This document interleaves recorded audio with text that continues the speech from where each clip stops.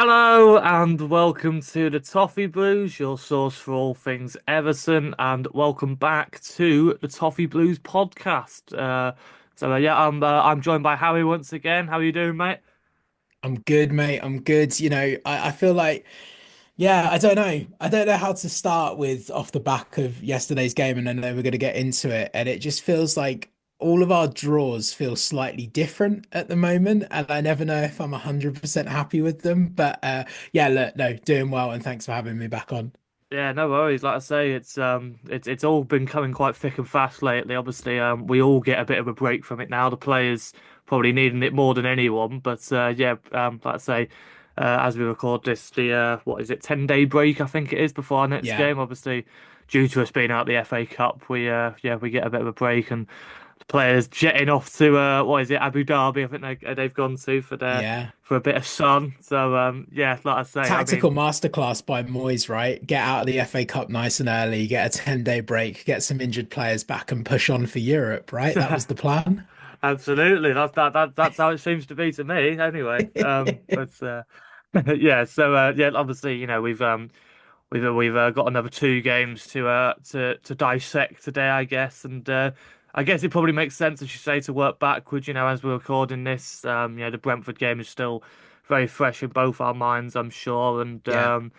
it was an interesting one, wasn't it? I think there was a lot of I think the general consensus was a little bit, let's just kind of try and ride this one out a little bit. Yeah. It was a bit like Palace a few weeks ago, wasn't it? I think our away games at the moment we're a little bit just like a draw wouldn't be the end of the world. It'd be nice to win, but I think a draw would be okay. And in the end, that's how it turned out. And it's one of those interesting ones where, as you say, I'm not entirely sure how I feel about it because I think I think there'll be a lot of Brentford fans thinking that they probably should have done a bit more and maybe could have got a bit more. Whereas I think we've also very much got an argument to say that pretty much all the best chances fell our way, and obviously, in the end, we only end up with 1 point to show for it. So yeah, like you say, what are you feeling at the moment, looking back on the game? It's an interesting one, isn't it? I'm not too disheartened. And I wrote the preview for the Toffee Blues and I said 2-2. I thought we'd have back-to-back 2-2 draws. And I don't often predict a draw in the match previews because they very rarely happen. And we either win or lose, particularly under the previous manager. But I really kind of felt like yesterday was a draw. And even though I predicted it, even though I anticipated it, and even though we came from behind, I still kind of have woken up this morning with a bit of a weird feeling about it. And maybe because now we're sort of 10 days without a game, it's sort of that idea of we've not got, we can't go again on Saturday and put it right on the pitch. And I think we're going to come on to, I know, to talk about Beto in a little bit more detail. And I'm going to set my stall out early here and say I don't think he deserves half of the critique and criticism that he got yesterday. But we'll sort of park that one for now and just say what yesterday's game looked like was a very threadbare squad who have enjoyed a real resurgence under a new manager and have given their all, which is something we've not really been able to say about Everton players a lot consistently over the last 3 or 4 years, but have truly given their all for this new manager. It's very clear that they're buying into what he's asking them to do. And really just injuries, fixture congestion, it's all kind of, I feel, caught up. And you mentioned it earlier. I think it perfectly, really, this idea of like, let's just try and see this one out. And I think when the balls weren't going in the back of the net, when Mark Flecken turned into kind of like prime Manuel Neuer for parts of yesterday's game, I just think it was a case of, right, a point's a point. It's another one. I said, because I was covering the game on X as well yesterday evening, and I think I said at one point, it's just so important that we get through this now, keep the undefeated streak intact. There's a lot to be said about how many of those will be draws. And I know that a lot of it was made under Dyche, where it was like unbeaten in eight and we'd won one, like that kind of vibe.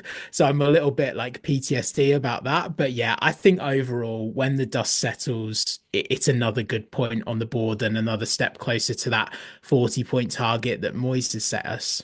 Mm. Yeah, like I said, it does have a very different feeling to it about, doesn't it? This sort of run we've Yeah, been on compared to some of the, there were little streaks we used to go on under Dyche, shouldn't we, for like 3 or 4 games maybe, where we got a few wins under our belt and went unbeaten for a bit. But like I say, I think what is it? The stats now 7 unbeaten, I think, and yeah, that's the first time since like 2017. I think you're going back to like the yeah. early Allardyce days, which is mental to think Oh, that that's the yeah, that's the last time. Even like all through like Marco Silva and even like the heady days under Ancelotti, we weren't putting runs together like this. So whether they're draws or not, you can't really knock something like that, can you? no, And yeah, like I said, I completely agree about the whole feeling of the players had. You could almost kind of tell it from the celebration when we equalised. It was yeah, yeah, apart from Charlie Alcaraz running off like a madman to the Everton fans, everyone else was a little bit muted, and it almost felt like relief. I think that thank yeah, God we're for all our effort in the second half in particular, which I felt we played really well and really responded well to quite a big setback at the end of the first half. Let's be honest, yeah, it's the old adage, isn't it, that it's like the worst time to concede, but yeah, that really could have knocked us a bit, and yet I thought in the second half we were really good, and as you say, it didn't really seem like it was happening for us too much. As you say, all those crosses that just seemed to be like gravitating into Flecken's hands, no matter what we did, was immensely frustrating. But we got our reward for our hard work in the end, and yeah. yeah, like I think go on, sorry. I was just going to say, I think a couple of points on this that were really interesting to come out of yesterday's game. The stat I saw, which was that was Mikolenko's, I think, 100th appearance for Everton yesterday, and that was his first assist. And it's also the first left back assisted right back goal since something like 2009 when Baines set up Seamus Coleman, which I love Evertonians so much when we go and dig out random facts like that because that what made anybody think about going to look for that stat. Yeah. But yeah, yeah, like I say, I think we'll take solace in another point. I think it does help because the teams, I mean, okay, Man United won yesterday, but like the teams around us are that bottom three is the bottom three, and I don't think we need to dedicate a lot of airtime to that. I think it's pretty commonplace. I'd be very surprised if anyone else gets dragged into that now over the remaining games. But going back to the game yesterday, the fact that we gave up a 2-goal lead against Man United at the weekend. The fact that there was this controversy where we could have won it if the referee had stuck to his guns. And then to go 1-0 down right on the stroke of half time with the tiredness, with the injury problems, with the fact that they were all getting on a plane straight after the game. You could have really been forgiven for the Everton players to just kind of go, yeah, we're done, and we'll be back against Wolves. We'll write this one off.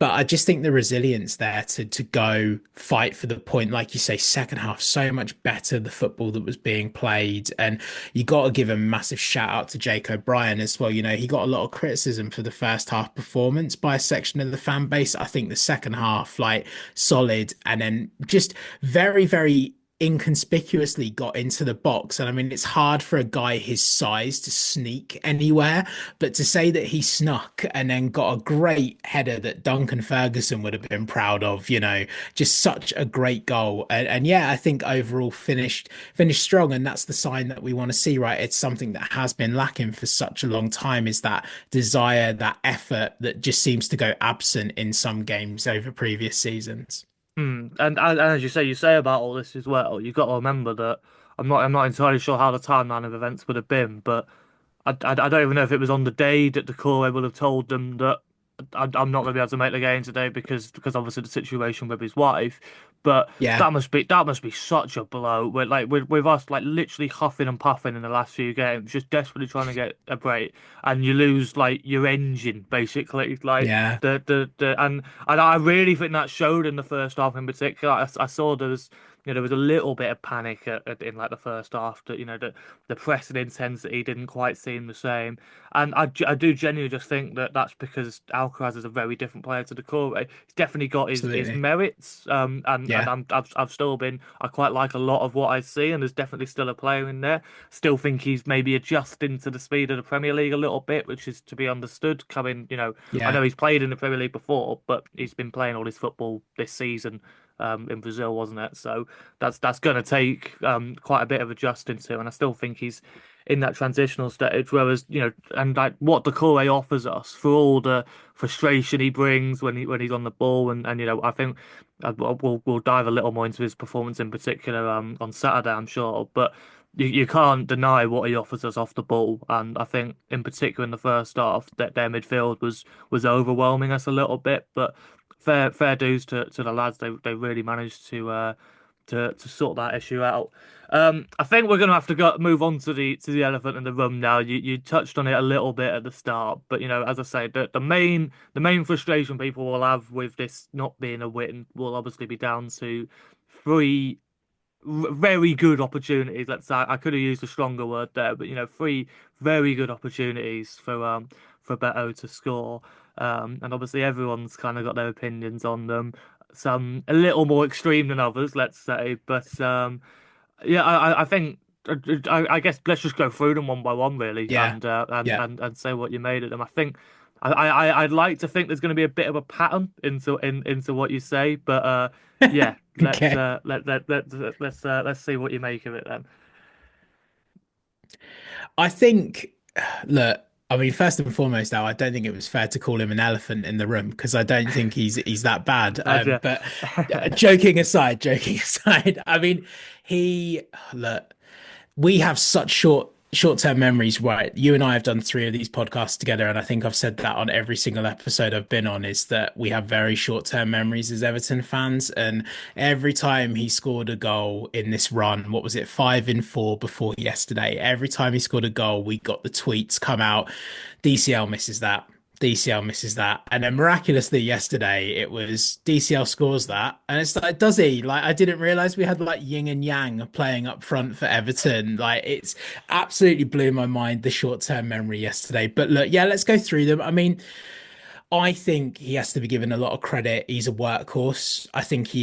What I think happened yesterday was when the first couple didn't go, nothing was going to go. And I think he's a confidence player riding very high. And when he got the first one wrong, knocked him a little bit.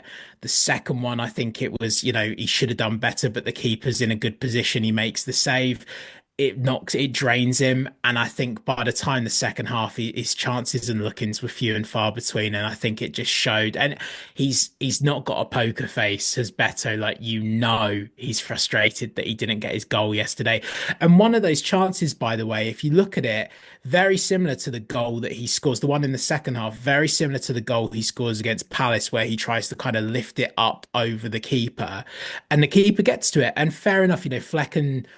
He got overly applauded for me yesterday, Fleck, and I think we made it very easy for him. I think he made some decent saves when he needed to, but I don't think there was anything like spectacular there, really. I was being very hyperbolic earlier when I called him Manuel Neuer, but I think, yeah, the chance that Beto had in that second half in particular, very, very reminiscent of the Palace game. And you know what? If he hits that a second earlier, it's in the back of the net, and we're not having this discussion. So he's been allowed an off day. He's been due an off day. He's got 5 in 5. Give him a break. They're all knackered. Let's see how he does against Wolves. He's won us more points than he's cost us in this run. Let's just put it that way.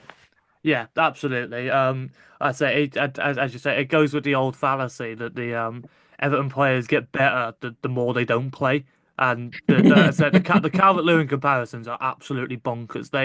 Yeah, I have a lot of time for Calvert-Lewin. I still me do too. after all this time, but they are such the type of chances that he would have fluffed Yeah, in almost exactly the same way. Like one-on-ones and Calvert-Lewin don't mix. Whereas I no, think Better has shown in the last few days he's a lot more composed in those situations. And I almost think, especially for the first one, it was almost the confidence kind of ran away with him a little bit. I yeah, think yeah, I think if this game had come, if that chance had come in the first game of this run, like when he got his first start, like saying the Leicester game, um, Mhm. there's no way he goes round the keeper like that. He No, no, keeps it no. simple and he slots it past him, or at least goes for a similar type of finish that he did just a minute later, which clearly already shows he's learned his lesson. That Yeah, and as I say, I think they get more forgivable as they go on. I think For sure. the first one he makes the wrong decision. There's no two ways about it. Whereas I think the other two are a lot more down to really good goalkeeping. I think yeah, the second one he probably should just go a bit lower, maybe try and go Yeah. through the legs, and he ends up just kind of hitting it a little bit straight at him. But it's still a very good save. It's one of them where you've just got to make yourself big in the situation. And then the third one, Mhm. I think, is a brilliant save. I think it's a very good Yeah. save, and it's a chance. Like I'd say to throw the Calvert-Lewin argument completely out the window. I don't think that chance even happens if it's Calvert-Lewin. Better No. has to work really hard, shrug the defender off, and all of that to get in that position in the first place. Um, and there's also the argument for the first one that he could have stayed down. And Yeah. It's a good point. potentially could have got the lad sent off. I think it would have been very harsh, obviously, because it's a slip. Don't really know what the defender's meant to do in that situation, Yeah. but I think we would have been calling for it a lot, and there would have been a lot of Evertonians unhappy if it hadn't been given had he stayed down. But fair play to him for getting back onto his feet, and as you say, it really shows the hunger within him to keep this goal scoring run going.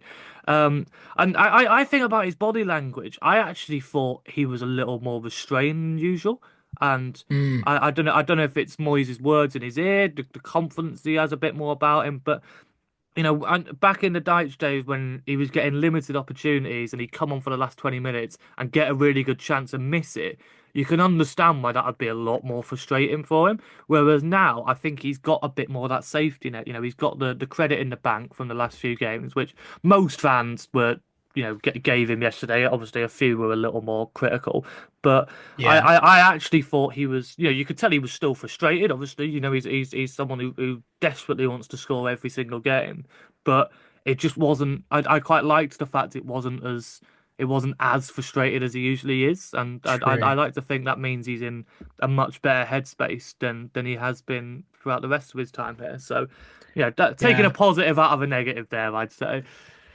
Yeah, I wonder with that as well. Like, I mean, a couple more points on that before we move on, just briefly. I think maybe now he actually feels like a Premier League footballer rather than someone that's trying to be a Premier League footballer.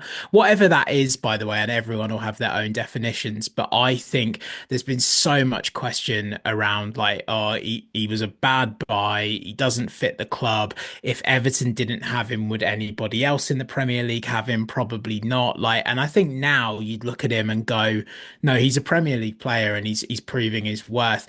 And I think the other thing yesterday with Beto is we know he's made this very, very clear. He has to be fed. And yes, chances came to him yesterday, but you gotta feed him in the right positions. And I think going back to that tiredness point we made earlier, his normal outlets, Harrison and Lindstrom neither had their best games yesterday. Forgivable given the amount of effort that they've put in over recent weeks.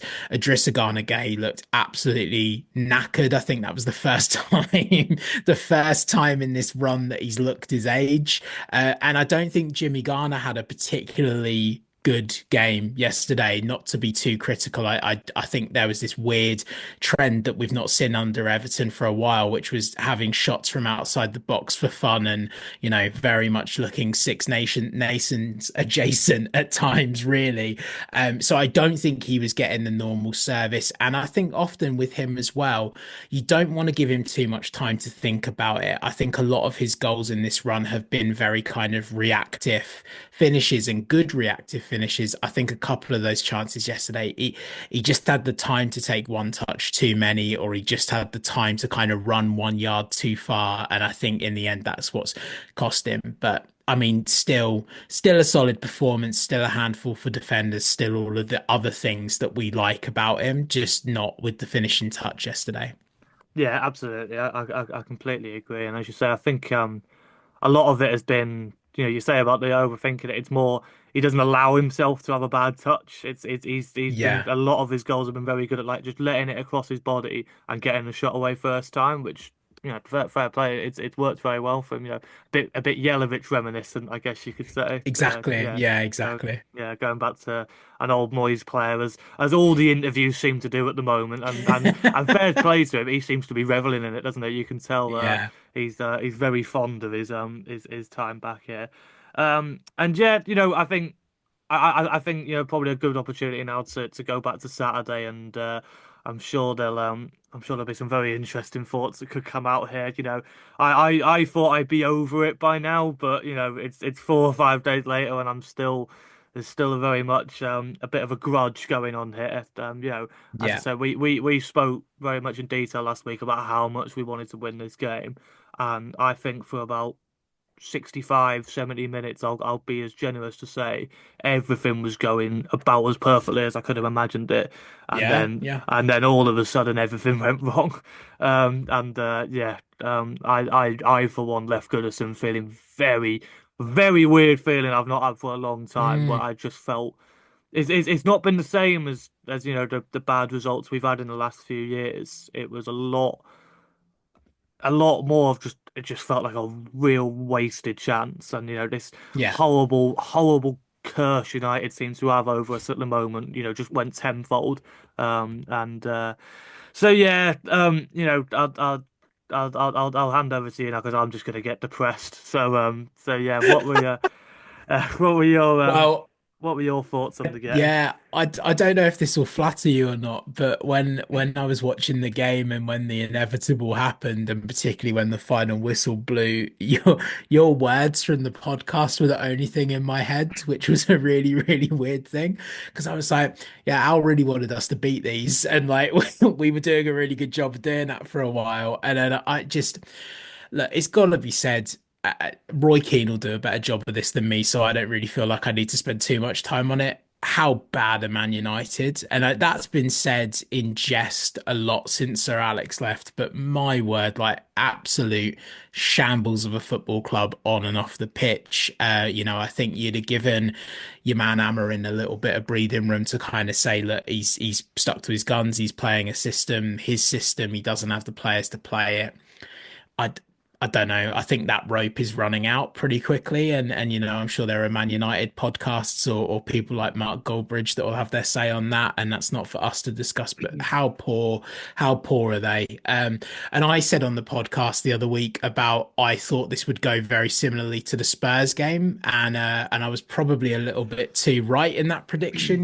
We absolutely were dominant, gave away a free kick. Obviously, they get one back, and we're still not solid enough to withstand a comeback in many cases for me. I think there are still fragilities there. There are still sort of confidence issues there that Moyes has done a great job in working out. But we are the last team in the Premier League that you want to have a healthy lead slowly chipped away at. I don't think that that's an unfair assessment. But all of that aside, my goodness, like, and where's it going to get us moaning about it? But my goodness, like the whole VAR decision at the end, like, I'm sure I'm not the first person to have this take, or probably the first 100,000th person to have this take, but just I don't understand how that was a clear and obvious error.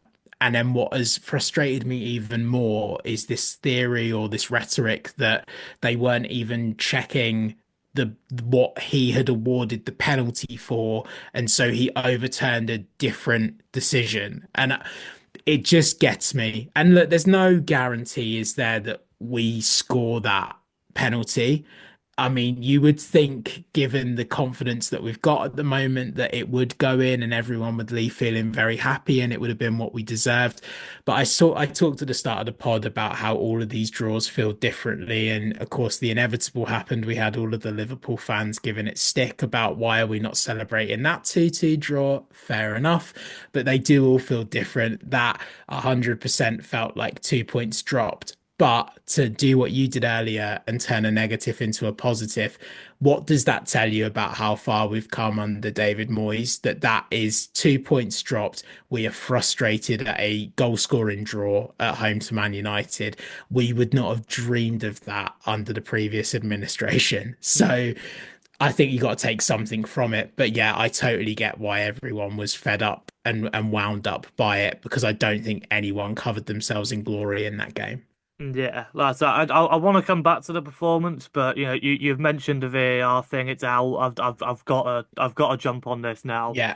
It was one of them where I was so frustrated with the referee by that point anyway, and having watched it back, I think a little bits of it were unfair. For United's first goal, I was utterly convinced that it wasn't a foul from Ganagay. From where I was sat, it looked like he won the ball, and I couldn't understand why it was given. Upon watching the replay, it was a foul, fair enough. We then had no idea why the second free kick was given, and it almost, and at this point, it almost seemed like he was just trying to get United to score, Yeah, I already had that sinking feeling. As soon as the free kick was right on the edge of the box, the guy next to me as well was just like, "This is going in this," and once it did, again, like you say, it just has that feeling around the ground that everyone gets that sinking feeling a little bit like, "Oh, yeah, hello, the momentum has shifted here." Um, and there's all sorts of things about how subs need to be made earlier. I'll get into that, but the referee need to stick on the referee. That's it. I'll go all over the place here, but yeah, all of that had been going on, and there'd been so many mental decisions. He seemed incapable of giving a United player a booking, no matter what they did, um, and it boiled down to the point that Gay has that shot, Anana makes a save, Young gets to the ball, gets clipped down, like I say, right in front of me where I'm sat in the park end, and we all contest for it, cheer for a second, and I immediately turn to my mate and I'm just like, this is gonna get overturned. I could just tell, I could tell straight away the way this game had been officiated, even though the yeah. referee had given it, I just knew. I was like, I was standing there, arm folded, everyone around me's buzzing, thinking like, who's gonna take this penalty? We're gonna get the win here. I'm just like, it's gonna get overturned. I could just tell, and I couldn't believe it. And yeah, as you say, watching it all back, as more and more came out about what happened and things like that, it's just unbelievable decision. And we've had so Yeah, many ones like this. I remember Calvert-Lewin getting sent off in that Palace game where it was the most innocuous tackle ever. No one even looked at it, and a minute later, suddenly VAR just like, "Oh, that's a red card, by the way." It's like, wasn't even a foul. Wasn't even a foul. No one was complaining about it. No Palace players and suddenly like the VAR is just suddenly just like it's a red card.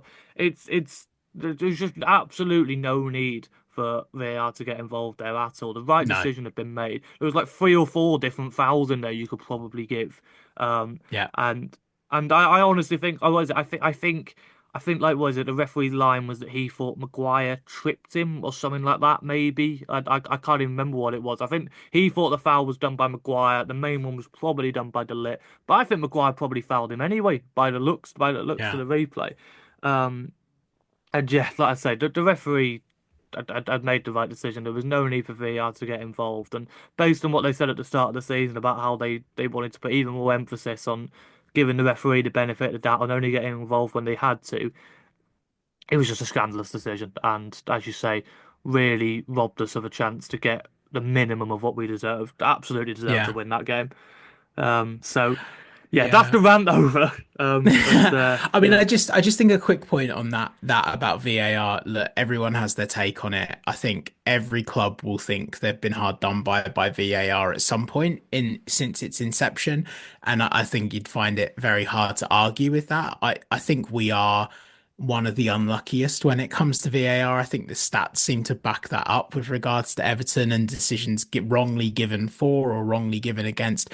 I just think what this cries out for is just consistency, and I think that's all any football fan of any club wants is consistency. Set your rules, set your stall out, stick to it, enforce it, and don't like deviate from that. Make it clear, make it followable so that we see it in other sports. Like you know how challenges work in tennis if the ball's called out and you want to like video referee that. We know how it works in cricket. Like all of these sports implement technology far better than football. And from where I sit, football should be the easiest one to implement it in. So I just think all we want is consistency and yeah, absolutely right. It was 2 points dropped. Yesterday very much felt like a point gained.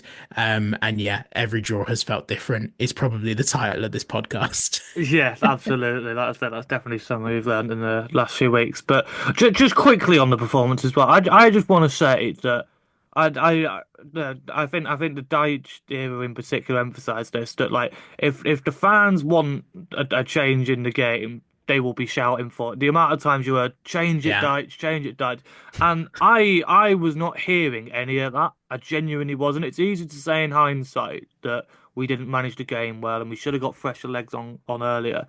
And yeah, we probably should have. But I genuinely I just felt so comfortable.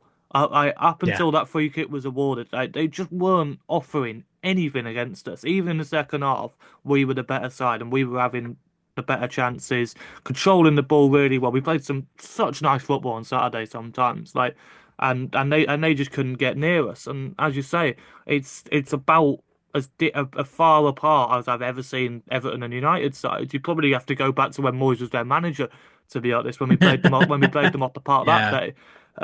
But yeah, just such a horrible feeling. As I say, they do seem to have some sort of curse on us, don't they? So yeah, I don't want to talk about this anymore. Let's talk about something a bit more positive. We've got a few Yeah, more let's. positive general points. Obviously, there's no games to look ahead to at the moment. That'll be something for next week. So just a bit more, in the general sense. I think it's probably a good time to reflect a little more on Moyes' time and even now, and I know Moyes is still stressing the point that we're not safe yet, and that's still got to be the priority. But there's still obviously got to be one eye on next season, and the Yeah. elephant in the room when it comes to who's actually going to be in the squads. Like all five players left or whatever it is. But yeah. But on the Moyes thing first of all, there's been a lot of, as you say, everyone just seems to have had a bit of a boost, don't they? And obviously, Yeah. it's quite a limited squad at the moment in terms of availability. So everyone's kind of had to put a bit of a shift in. But who is like the one player that you would say has really shone under Moyes that was perhaps maybe struggling quite a bit under the old regime? There always seems I to be mean, one, doesn't there? yeah, I mean, you could pick five here probably. I mean, I think really you go with the obvious answer. I think Beto is obviously 5 in 5 now. Could have probably been like 8 in 5 if had things had gone differently yesterday. But he's. I do wonder if we would be saying that if Calvert-Lewin, Broja were not injured, or if we'd have gone and got a striker in January. I wonder if this is improvement out of necessity. But Moyes genuinely does give the impression that they're working with him, they're trying to utilize him, and that he would have featured a little bit more under this manager than the previous one. So I'd go with Beto, but then equally you got to give a shout to Jake O'Brien as well. He's playing out of position. He scored a fantastic goal yesterday, and he wasn't Premier League experienced. He was getting left out ahead of like Michael Keane at large parts under the previous manager. Like there's a player there, and I don't think Moyes has done a lot with him. I think he's probably nurtured him, given him some of his confidence back. But yeah, those two would be the standouts for me. But you could go on and probably speak to several members of the squad now, I think, in terms of who's improved. I mean, is there anyone there from your side that I've not mentioned? I think I've claimed the obvious ones. So are there any sort of more hidden ones there from your end? Um, I mean, I definitely wanted to make the point about Jake O'Brien because I think he's got better with every game. I thought Yeah, United, he was outstanding. I thought he was, yeah, but I think Gana Gaya got a lot of plaudits and he did have an amazing game. James Garner as well next to him played very well, but Jake O'Brien was my man of the match. I thought he was unbelievable. He won so many headers. yeah. You can tell he's really improving about getting forwards and being in the right place. And obviously, we saw that to full effect against Brentford, being in the right place to get on the end of that cross. And as you say, a really good header. Um, Yeah. and he did the interview a few days ago saying, admitting just how frustrated he was under Deitch, and I did a lot of points that I defend Deitch on, and still would now, but I have no idea what he wasn't seeing there because Yeah. this guy has come in and looked absolutely brilliant, and playing in an unfamiliar position to him really as well. He's looked like he's been playing there all his life and playing with these players like for years on end. So yeah, I've been really impressed with him, and Yeah, as you say, it's just been everyone's got a bit of a lift. I think Mikalenko's looking better. Obviously, as you say, Yeah, he got that first assist. You know, he's looking more comfortable getting forward now. You know, all the jokes about nosebleed territory are kind of going away now. Um, and then I also I think Brentford's got so much praise over the years. You know it's yeah, probably been done to death, but he has just been absolutely faultless. And I think playing in a free man like this, he just looks even more comfortable than ever. And yeah, I think a lot of credit has got to be given to him even before Moyes came in. That as soon as he came back, any defensive worries we had at the start of the season just seemed to go away with the click of a finger. So. Yeah, like I say, the squad's looking really good at the moment, to be fair. But as I touched on, obviously that could very well change in the summer. With I think a lot of players playing for contracts. yeah. Just very quickly, like whereabouts are you at with some of these players that are expiring? I can read them off here. You've got Decore, Gana Gay, Ashley Young, Seamus Coleman, Michael Keane. DCL, of course, obviously that's probably not down to us to be fair. That's probably Yeah. very much a player decision. But yeah, where are you at with some of these players? Well, I'd say Michael Keane is probably going to ride off into the sunset. I don't see him getting a contract. I think if Dye should have stayed, possibly, but I don't think now that's happening. Controversially, or is it? Ashley Young would stay for another season for me, doing the role he's doing now on the bench as a very experienced option on the bench. Garner, you've got to give a contract to, and Doucouré as well. Like I don't see how you can't. And I know he gets a lot of criticism. I don't see how you can't. And like you said, I don't think DCL is down to us. Do you know what though? Even if it was down to us, I wouldn't be offering him another one. I'd let him. That is dragged on too long. The DCL thing. It's a bit of a sour relationship for me. I think now. And in terms of the loan players, I think Alcaraz is probably going to stay. I think we should sign Lindstrom as an option on the wing, and I think I'd never want to see Jack Harrison near an Everton stadium ever again. Sadly, he's the one that's not won me over. But yeah, it's a big one, right? You can't just say. I know we all do it when we're frustrated. You can't all say just get rid of all of them and start again. We're not going to go and buy 14 players in the summer, regardless of who our owners are, how much money we've got. So you've got to look realistically. And I'm talking about these guys that we keep being bench players and other players coming in to improve the first team. Yeah, I think I agree with all of that. To be fair, there's definitely a big job in the summer. So yeah, just to round off, obviously we usually do a lineup quiz, but obviously there's no game to preview. But just going to end on a simple question, really. If the season ended tomorrow, who do you think would be Everton's player of the season? Oh man. That yeah, we should do an award show by the way, but right now, guns ahead, it'd be Brantwaite for me. I think I agree with a lot of your assessment earlier. I think flawless. I think Pickford is always an obvious choice, but I think yeah, Brantwaite for outfield player would be our player of the season. Yeah, that's it. I can't argue with that. I think Idrissa Gueye would probably just Yeah. about get my vote. I think he's just been brilliant, hasn't he? Doesn't look 35 at all. It's absurd. And as you say, provided he still feels he's got it in him and wants to stay, I think, like you say, he definitely should be offered a contract in the summer. But yeah, I think that pretty much just wraps everything up. So thank you very much for joining me again, Harry. It's always great to have you on talking Yeah, no worries, mate. about a happy Everton. Obviously it still draws at the moment, but they'll turn back into wins soon enough, I'm sure. Comment below, giving your thoughts on anything we've discussed.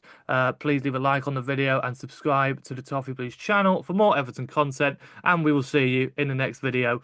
Up the Toffees.